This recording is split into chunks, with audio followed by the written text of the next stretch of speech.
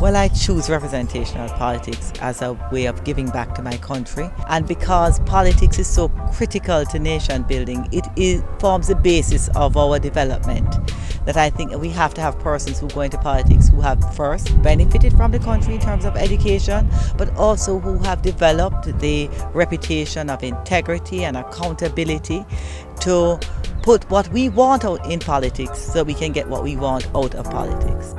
I have roots in Clarendon, and when I look at Clarendon and I look at South East Clarendon and the demographic of South East Clarendon, I believe it's a good representation of the rest of Jamaica. We have farmers, we have urban areas, we have deep rural areas, we have inner city areas. So we have the full makeup of the demographic of Jamaica.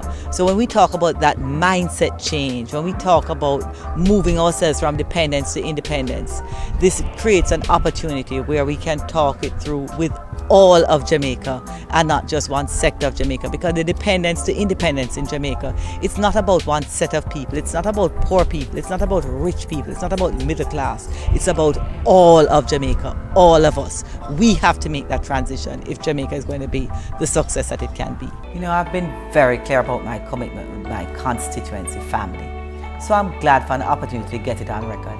I am committing 10 years of service to South East Clarendon at minimum. Once I have won the election, I will need about 3 weeks to rest and reconnect with my family, after which we will hold a series of community meetings where we will hear the main ideas and prioritize what we want to get done together. Operative word, together. We have opened an office in Mineral Heights, which we have recently expanded, and is being set up as a one-stop shop for community support and empowerment services.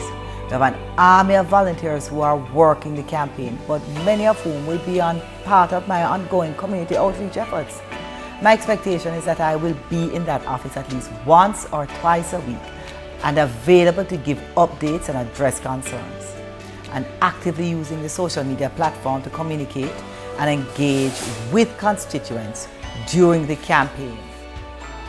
I have been collecting the names and numbers of people in the constituency, PNP, GLP and NOP, and if even people not registered to vote, as I want to invite everyone to the community meetings. We now have about 10,000 names and growing. Everyone's voice needs to be heard. This is my commitment. I will be a very active member of Parliament. I will be your partner. I will be your facilitator. I will be your champion for development, and my presence will be felt in the constituency of South East Clarendon.